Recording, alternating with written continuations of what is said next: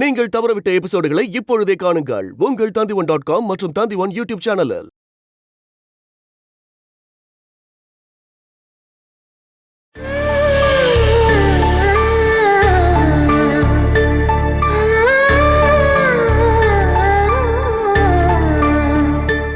ரத்த சம்பந்தப்பட்ட விஷயம் இல்ல, யாருக்கும் பிரச்சனை வராம இருக்கிறது நல்லது.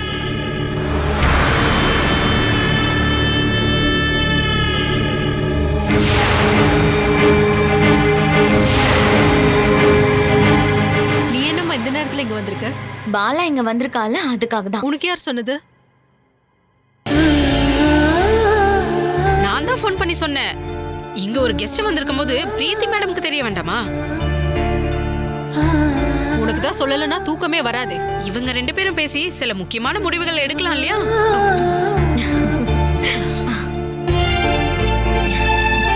பிரீத்தி, வழியில அம்மா என்ன பார்த்ததும் கூட்டிட்டு வந்துட்டாங்க. என் வீட்டுக்காரரு மொளவு கடை வரைக்கும் போயிருக்காரு. அவர் திரும்ப வரத்துக்குள்ள நான் போய் ஆகணும். உனக்கு சாப்பாடு எடுத்து வைக்கவா பிரீத்தி? நான் சாப்பிட்டுட்டேம்மா. பசங்க எங்க? கல்யாணி அவங்கள கூட்டிட்டு சூரஜோட ரூமுக்கு போயிருக்கா. ஏதோ கலாட்டா பண்ணிருக்காங்க போலக்கு.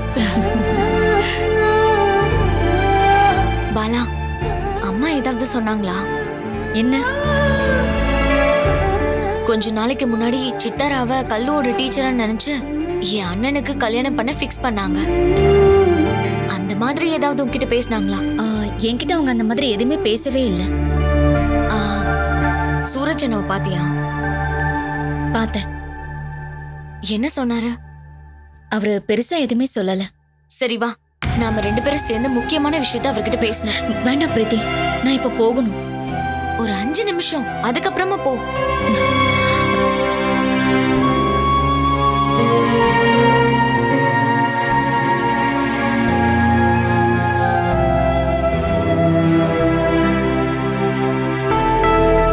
நில்லு. என்கிட்டயும் சூரஜ் கிட்டயும் அப்படின்னு என்னதான் பேச போற? நான் பேச மாட்டேன்.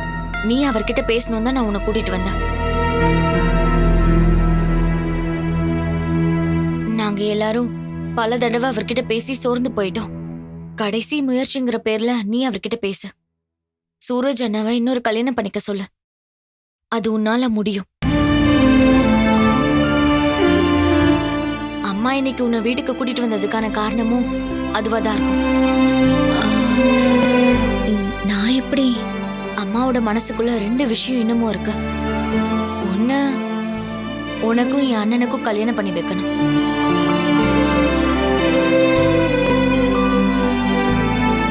வேணுகோபன் இதுக்கப்புறம் உயிரோட இருக்க மாட்டார்னு தெரிஞ்சதும் அம்மா இப்படி ஒரு முடிவு எடுத்திருக்காங்க. ஆனா தான் புருஷனுக்காக தன்னோட உயிரையே தியாகம் பண்ண நினைக்கிற உன்கிட்ட அத சொல்ல தைரியம் அவங்களுக்கு கிடையாது. ரெண்டாவது என்னன்னா, சூரஜ் அண்ணாவை 2வது கல்யாணம் பண்ணிக்க சொல்லி நீ அவர்கிட்ட சொல்லணும்.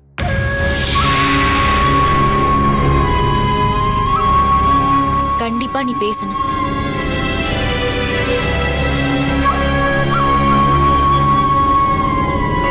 ப்ளீஸ் பாலா, எனக்காக. இவ்வளவு சின்ன வயசுல என் அண்ணனோட வாழ்க்கை இப்படி வீணா போணுமா என்ன? நீ சொன்ன என் அண்ணன் கண்டிப்பா ஒத்துப்பாரு. ப்ளீஸ் பாலா.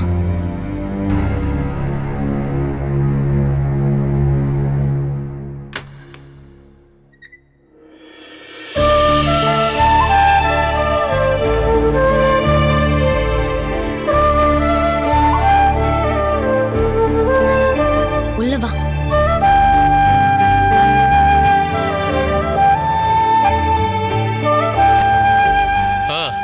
பாலா வந்திருக்கான்னு தெரிஞ்ச உடனே கிளம்பி வந்துட்டியா?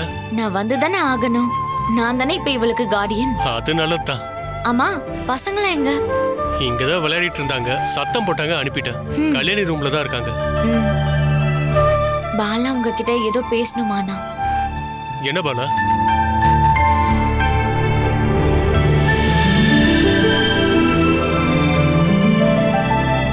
நீ என்னடி என்ன பாக்குற? பேச வந்தத பேசு. நான் கொஞ்ச நேரத்துக்கு முன்னாடி சொன்ன விஷயம்தான். சூரஜ் நீங்க ஒரு கல்யாணம் பண்ணிக்கணும். சமிலி இறந்து போய் ரொம்ப வருஷம் ஆயிடுச்சு. வருஷத்தை கணக்கு வச்சுதான் நாம ஒரு ஆளை மறக்க முடியும்னு அர்த்தம் கிடையாது. இப்போ உங்களுக்கு எதுக்கும் எந்த குறையும் இல்ல. ஆனா கொஞ்ச நாளைக்கு அப்புறமா நீங்க தனிமரமா இருப்பீங்க. அது தெரியும். ஆனா கல்யாணி பத்தி நினைச்சு பார்க்கும்போது அவ அம்மா ஸ்தானத்துல யாருமே வேண்டான்னு தோணுது. நான் உன்கிட்ட சொன்னல பாலா, சமி இறந்ததுல இருந்து எனக்குள்ள குற்ற உணர்ச்சி இருக்கு. அதெல்லாம் நீங்க தனியா இருக்கும்போது தோன்ற ஃபீலிங்ஸ் தானே அது. அப்படின்னு அதை மறந்து போனாலும் கூட கல்யாணி சுயமா சிந்திச்சு அவ வாழ்க்கைய வாழ ஆரம்பிக்கிற வரைக்கும் இன்னொரு கல்யாணத்தை பத்தி நான் யோசிக்கவே மாட்டேன். இந்த வீட்டுக்கு வரப்போற ஒரு பொண்ணால கல்யாணி தான் மகளை பார்க்க ஆரம்பிச்சா எங்கிருந்தோ வரப்போற பொண்ணுக்கும் என் பொண்ணுக்கும் என்ன சென்டிமெண்ட்ஸ் இருக்க போகுது?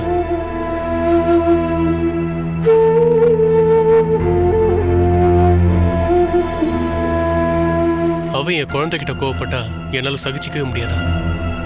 என் பொண்ணுகிட்ட நான் பாசத்தை காட்டும் போது அது இந்த வீட்டுக்கு வர பொண்ணால கண்டிப்பா ஏத்துக்கவே முடியாது.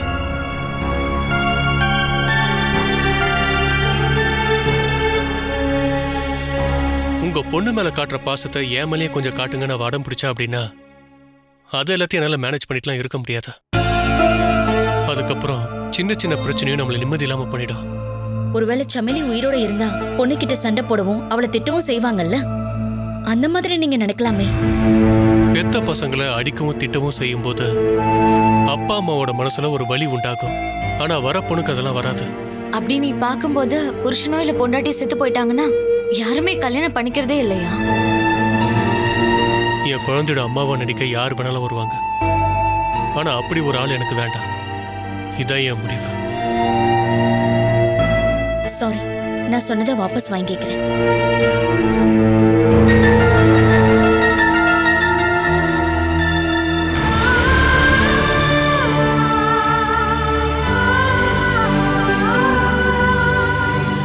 குழந்தைங்க எங்க இருக்காங்கன்னு பார்த்துட்டு வரேன். நீதான் அவகிட்ட இதெல்லாம் சொல்ல சொன்னியா? இல்ல நான் இல்ல, பின்ன அவளா வந்து பேசுறா. நான் கிளம்புறேன்.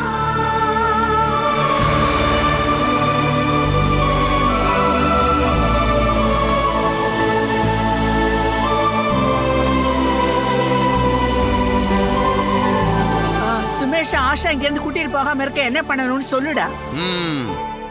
நீ எடுத்த முடிவுல இதே மாதிரி ஸ்ட்ராங்கா இருந்தேன்னா போதும். ஒருவேளை அவன் விட்டுட்டு போயிட்டானா? உனக்கு எந்த குறையும் வைக்காம ஒரு ராணி மாதிரி நான் பாத்துக்கிறேன். காமெடி பண்ணாத. இத்தனை வருஷத்துக்கு இடையில நீ எனக்கு ஒரு தேங்காய் மிட்டாயாவது வாங்கி கொடுத்திருக்கே என்ன? நீ என்ன பாத்துக்க போறியாக்கா? என் வீட்டுக்காரரோட பேச்ச கேட்டு நீங்க சுமேஷ் இங்க இருந்து அனுப்பிட்டீங்கன்னா நீங்க பட்னியா தான் இருக்கணும். இத பாரு, இவனை எதிர்பார்த்த நான் ஒண்ணும் வாழல. இவன் ஏதாவது பண்ணானா நான் இது எல்லாத்தையுமே வித்துட்டு அந்த பணத்தை பேங்க்ல போட்டுட்டு ஏதாவது ஒரு அனாதை ஆஸ்பத்திரியில போய் தங்கிடுவேன். அம்மா, அந்த பணத்துல இருந்து பாதி பணத்தை என் பேருக்கு நீ போட்டா நானே ஒரு அனாதை ஆசிரமத்தை ஆரம்பிச்சு வைக்கிறேன். அங்க நீயும் நைனாவும் உங்க ராஜ்யத்தை நடத்திட்டு போங்க. நீங்க இப்ப என்ன பண்ணணும்னு தெரியுமா அத்தை? நீங்க சொன்ன மாதிரியே இந்த இடத்த வித்துருங்க. அதுக்கப்புறம் கிடைக்கிற பங்கு நாளா நீங்க பங்கு போட்டு கொடுங்க. ஒரு பங்கு உங்களுக்கும் மாமாவுக்கும், மீதி இருக்கிறத 3 பசங்களுக்கும் நீங்க தனித்தனியா பிரிச்சு கொடுத்துருங்க. பங்கு பிரிக்கிறத பத்தி நீ எனக்கு சொல்லி தர வேண்டாம். அனிலா, அம்மா மண்டையை போடுற வரைக்கும் இந்த மண்ணை பிரிக்க நான் ஒரு காலும் சம்மதிக்க மாட்டேன். அப்புறம் நான் ஒரு பொறுப்பில்லாத பயப்புள்ளேன்னா அம்மாவுக்கு ஒரு நினைப்பு இருக்கு. அம்மா நீ பாத்துக்கிட்டே இரு. ஆஷாவோட பணத்தை வாங்கிட்டு உன்னை அம்போன்னு விட்டுட்டு சுமேஷ் எஸ்கேப் ஆக போறான். வேணுவை கூட்டிட்டு பாலாவும் போயிடுவா. அதுக்கப்புறம் எதுக்குமே லாய்க்கில்லைன்னு நீ ஒதுக்கி வச்சிருக்கிறியே இந்த சதீஷ், இதே சதீஷ் தான் உனக்கு சோறு போட போறான் பாத்துக்க. அன்னைக்கு நீ என்னை பத்தி நல்லா புரிஞ்சுக்குவ. அதை நினைச்சாலே எனக்கு கண்ணீர் அருவியா கொட்டுது. எல்லாத்தையும் அம்மா கிட்ட சொல்லி புரிய வைமா. அத்தை, யாரு பாக்கலனாலும் சரி, என்னால முடிஞ்ச வரைக்கும் நான் உங்களுக்கு செலவுக்கு கண்டிப்பா கொடுப்பேன். அதுக்கு முன்னாடி என்ன கூப்பிட்டுக்கன்னு நான் கடவுள்கிட்ட வேண்டிக்குவேன். என்னடா? ஒண்ணு இல்ல. அப்புறம் என்ன ஏமாத்திட்டு இங்க இருந்து யாரும் போக கூடாது. சுமேஷ் எக்காரணத்தை கொண்டும் ஆஷா வீட்டுல போய் தங்கவே கூடாது.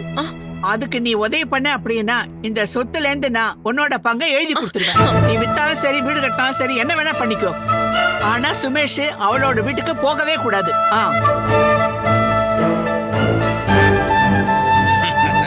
Now I am starting my work. அம்மா மண்டையை கொஞ்சம் கழுவி ஊத்துனா சரியா இருக்கும். கொஞ்சம் வழி விடு. My dear mummy.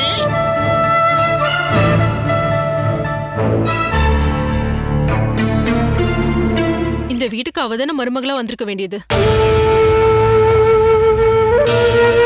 அன்னைக்கு இருந்த சூழ்நிலையால அந்த கல்யாணம் நடக்காம போயிடுச்சுங்க. அது விதின்னு தான் நம்ம எடுத்துக்கணும். எழுதின விதியை மாத்தி எழுதலான்னு அந்த கடவுள் முடிவு பண்ணா அது நல்ல விஷயம் தானேங்க. அவளுக்கு இப்போ புருஷனும் குழந்தைங்களும் இருக்காங்க. அதனால அதை பத்தி யோசனை பண்ணாம இருக்கிறதா நல்லது. அவ புருஷன் எவ்வளவு நாள் உயிரோட இருப்பாரோ தெரியல. அவ புருஷன் இறந்ததுக்கு அப்புறம் நம்ம எல்லாம் கட்டாயப்படுத்துறோம்னா கல்யாணிக்கு அம்மாவா கண்டிப்பா அவ வருவாங்க. நான் அவனுக்கு கல்யாணத்தை பண்ணி வச்சுட்டேன். அதோட என்னோட கடமை முடிஞ்சுது. அவன் பொண்டாட்டி செத்து போய் 6-7 வருஷம் ஆயிடுச்சு. அவனுக்கு மனசுக்கு பிடிச்ச பொண்ணு வேணும்னா அதுக்கு எதிராக நான் நிற்க மாட்டேன். பிரீத்தி ஆண்டி, நாங்க கிளம்புறோம். அவங்க கிளம்ப ரெடி ஆயிட்டாங்க போல இருக்கு.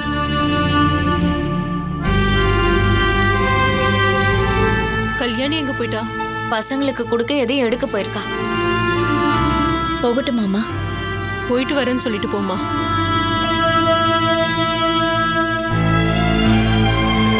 இது நான் உங்களுக்கு கொடுக்குற ஒரு gift. நீங்க வீட்டுக்கு போனதுக்கு அப்புறமா தான் ஓபன் பண்ணணும். நாங்க கிளம்புறோம், வாங்க போலாம். பாலா நெல்லு. உனக்கு தெரியாமலேயே உன்னோட கண்ணீர் இந்த குடும்பத்தில் விழுந்திருக்குன்னு எனக்கு நல்லா தெரியும். அதுக்கு பிராயச்சித்தமோ பரிகாரமோ என்ன பண்ணணும்னு எனக்கு தெரியல. ஆனா ஒரு பரிகாரத்தை பண்ணி ஆகணும்.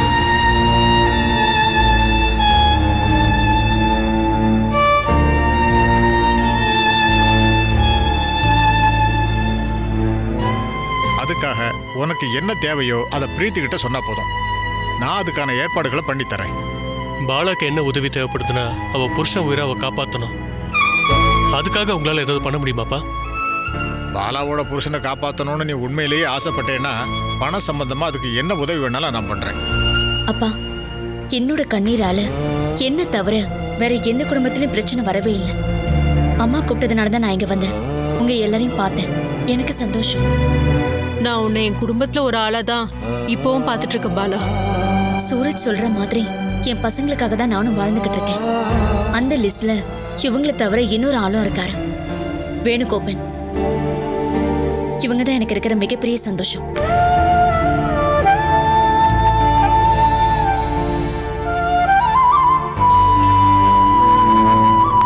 என்னுடைய எல்லா எதிர்பார்ப்பும் இவங்க கூட தான் அமைதியா இருக்கு. அதை நினைச்சு நான் ரொம்பவே சந்தோஷப்படுறேன். வேற இடத்துல இருந்து கிடைக்கிற சந்தோஷத்தையும் சுகத்தையும் நான் ஆசைப்படவே மாட்டேன். பழைய கனவுகளை நினைச்சு பார்க்கிற பழக்கம் இப்போ எனக்கு சுத்தமாவே கிடையாது. சரி, அப்ப நான் வரேன். சரி, நான் உங்களை வீட்டில் கொண்டு போய் விடுறேன். நாங்க பஸ்லயே போய்க்கிறோம். நான் போற வழியில விட்டுட்டு போறேன். இல்ல வேண்டாம், உன்னால முடிஞ்சா எங்களை நீ பஸ் ஸ்டாண்ட்லயே விட்டுரு போதும். ஒரே ஒரு வேண்டுகோள் இருக்கு. வழியில வச்சு பார்க்கும்போது அப்படியே ஒதுங்கி போகாம என்னை பார்த்து சிரிச்சாலே போதும். அதை தவிர வர எதையும் நான் எதிர்பார்க்கவே இல்லை.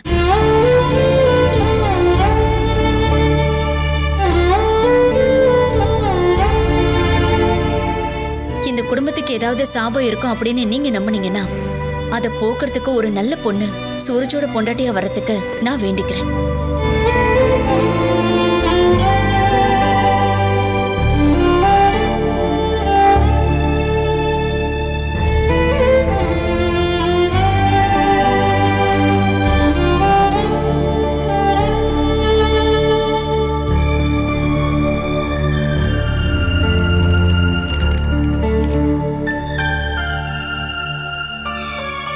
லிம்போசிட் கிராஸ் மேட்சிங் கரெக்டா இருக்கு. Medical fitness okay. என் கிட்னி என் அனுமதியோட கொடுக்கறதுக்கு எத்திக்ஸ் கம்யூனிட்டிக்கு நான் அப்ளை பண்ணியிருக்கேன். அதுக்கப்புறமா மெடிக்கல் காலேஜ் பிரின்சிபல் ஆபீஸ்ல ஆத்தரைஸ்டு கமிட்டிக்கு முன்னாடி நீங்க நேர்ல போய் சம்மதம் தெரிவிக்கணும். சட்டப்பூர்வமா எனக்கு எல்லா விஷயமும் ஓகே தான். ஆனா என் வீட்டில் தான் பிரச்சனையே. கிட்னியை டோனர் பண்றவங்களுடைய சொந்தக்காரங்க இதுக்கு சம்மதம் தெரிவிக்கணும்னு ஒரு சட்டம் இருக்கு. ஒருவேளை இப்போ உங்க மனைவி அதுக்கு எதிர்ப்பு தெரிவிச்சு பேசுனாங்கன்னா அது எல்லாமே இப்ப வீணா போயிடும். ஆபரேஷன் முடிஞ்சதுக்கு அப்புறம் தான் நான் சொல்ல போறேன். ஒய்ஃபோட சம்மந்தம் கண்டிப்பா வேணும்னா அந்த சைனை நான் போடுறேன். அதுக்கப்புறம் நீங்க 2 பேரும் தான் ஒன்னா வாழ போறீங்க. உங்ககிட்ட கிட்னி வாங்குறவங்க இதுக்கப்புறமா இப்ப காட்டுற பாசத்தை காட்டுறது சந்தேகம் தான். கிட்னியை நீ கொடுத்துட்டா உன் உடம்பு கெட்டு போய் அப்புறம் நீங்க நோயாளி ஆயிடுவீங்கன்னு யாரும் என் ஒய்ஃப் கிட்ட சொல்லி கன்ஃபியூஸ் பண்ணிருக்காங்க. ஆபரேஷன் முடிஞ்சு நான் ஆரோக்கியமா வேலைக்கு போறத அவ பார்த்தான்னா அப்புறம் அவ படுற கோவமோ சண்டையும் எதுவும் இருக்காது. எல்லாமே நல்லபடியா நடக்கணும்னு தான் நானும் பிரார்த்தனை பண்றேன். இன்னொரு விஷயத்துல கவனமா இருக்கணும். இந்த பேப்பர்ஸும் லேப் டெஸ்டும் சம்மதம் சொன்னதுக்கான பேப்பரும் உங்க மனைவி கண்ணில் படவே கூடாது. வீட்டுல எங்க வச்சாலும் என் ஒய்ஃப் பாத்துருவா. ஒருவேளை ஆஃபீஸில் நான் வச்சேன்னா என் தேவைக்கு இதை எடுக்க முடியாது. அதனால எல்லா ரிப்போர்ட்ஸையும் என் பேக்லேயே தானே வச்சுட்டு சுற்றிட்டு இருக்கேன். அது என்கிட்டயே இருக்கிறதுனால அவ செக் பண்ண மாட்டா. ஒரு நல்லது பண்றதுக்கு ஏகப்பட்ட போய் பேச வேண்டியதா இருக்கு, அப்படிதானே? என்னங்க பண்றது? ஃபாதர் டேவிட் சொன்ன மாதிரி கிட்னி கொடுக்கறதுக்கு யாரும் முன் வரலையே. அதனால நமக்கு என்ன கிடைக்கும் தான் எல்லாரும் யோசிக்கிறாங்க. லேப் டெஸ்ட் எல்லாத்தையும் சேர்த்து 50,000 ரூபாய்க்கு மேல செலவாயிடுச்சுல்ல? ஆமா, அதுக்கு நான் கடன் வாங்கினேன். ஏன்னா இப்போ பாலா கிட்டயும் வேணுக்கிட்டயும் பணம் இல்லை. அதுக்காக இதை லேட் பண்ணவும் முடியாதுல்ல. இது இப்போ என்னோட பொறுப்பு டாக்டர்.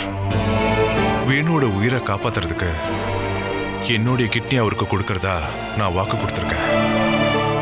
இதை தடுக்க யார் முயற்சி பண்ணாலும் இந்த விஷயத்துல மாற மாட்டேன். 7 லட்ச ரூபா கையை விட்டு போனதுக்கான காரணத்தினால தான் சுமேஷ் உன்னை அடிச்சிருக்காரு. உனக்கு ஒன்றும் ஆகலையே, அதை நினைச்சு பெருமைப்பட்டுக்கோ. உன்னால டிராவல் பண்ண முடியுமா? அவன் சரியான காட்டு மிரண்டியா இருப்பான் போல. ஒரு பொண்ணுன்னு கூட பார்க்காம அந்த மிருகம் என்னை இப்படி போட்டு அடிச்சிட்டான். நீ அதை பெருசா எடுத்துக்காத. உன் உயிர் போகலல. நீ இங்க ஒரு நாள் அட்மிட் ஆகி நீ எடுத்த ட்ரீட்மெண்ட் செலவை நான் கொடுத்துட்டேன். சந்திரன் மாட்டினான்னா இது எல்லாத்துக்கும் சேர்த்து நான் அவங்கிட்ட வாங்கிக்கிறேன். அந்த ஆள் எங்க இருக்கான்னு உங்களுக்கு ஏதாவது தெரிஞ்சுதா? என்னோட பசங்க அவனை எல்லா இடத்துலயும் தேடிட்டு இருக்காங்க. இந்த ஊரை தாண்டலனா அவன் என்கிட்ட மாட்டிப்பான். எனக்கு கிடைக்க வேண்டிய பணம் கிடைக்காம போனது மட்டும் இல்லாம என்ன கல்யாணம் பண்ணிக்கிறேன்னு ஆசை வார்த்தை காட்டி அந்த பண்ணி என்ன. நீ இந்த விஷயத்தை பத்தி என்கிட்ட தெளிவா புரிய வைக்க வேண்டாம். அதே மாதிரி நீ இந்த ஊர்ல இருக்க வேணாம். உடனே நீ கோயம்புத்தூர் போயிடு.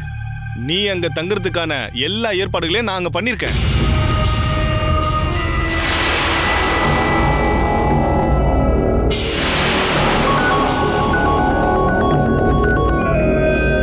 ஹலோ,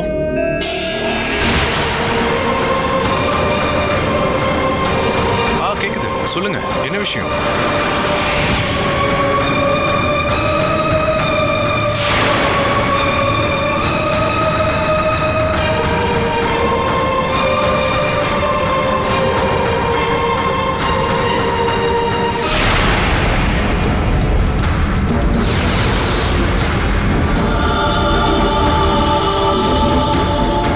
ட்ரெயின் டிக்கெட்டோட சேர்த்து 2000 ரூபாய் இருக்கு. நீ இதுக்கு முன்னாடி எனக்கு பல விஷயத்துல ஹெல்ப் பண்ணிருக்க. அந்த நம்பிக்கையில தான் நான் உனக்கு கொடுக்குறேன். இந்தா. நான் சொல்றது உங்களுக்கு புரியலையா? எனக்கு இங்க சின்ன வேலை இருக்கு. அதை முடிச்சதும் நான் அங்க வரேன். அட இல்லங்க, எல்லாமே ஓகே தான், மேட்ச் ஆகுது. அவனை பத்தி தகவல் கிடைச்சா சொல்லுங்க. புரிஞ்சுதா? சரி, நான் வச்சிடறேன். நான் அப்புறமா கால் பண்றேன். ஓகே.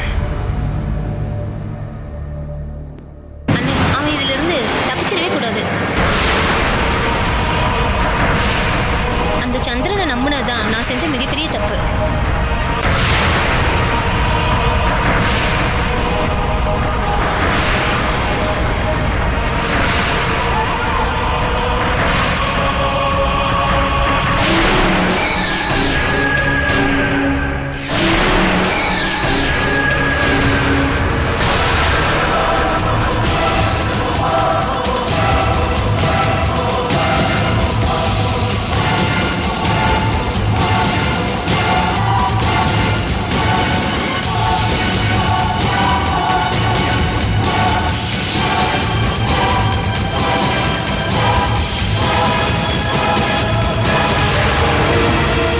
கார்ல இருக்கோ, உன்னை ரயில்வே ஸ்டேஷன்ல விட்டுருவாங்க. ஸ்டேஷன்ல விட்டு கால் பண்ணு.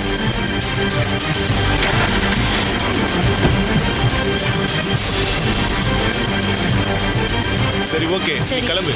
சரி.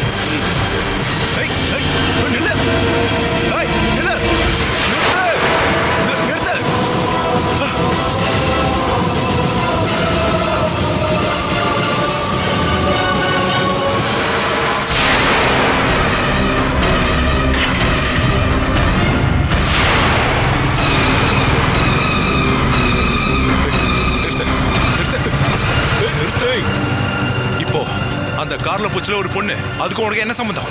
சொல்லு, என்னடா சம்பந்தம்? தள்ளி போடா அந்த பக்கம்.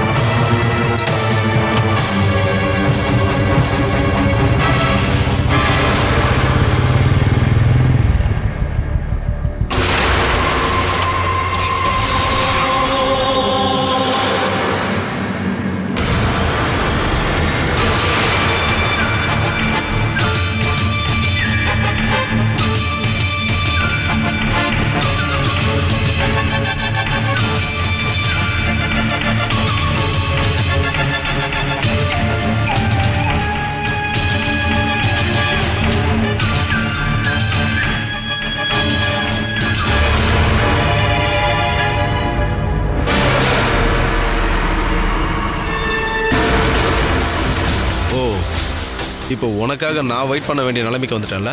நீங்க இங்க சீக்கிரம் வருவீங்கன்னு நான் எதிர்பார்க்கல. அவளை அனுப்பிட்டியா? நான் சொன்ன மாதிரியே கோயம்புத்தூருக்கு போற ட்ரெயின்ல டிக்கெட் எடுத்து அனுப்பிட்டேன்.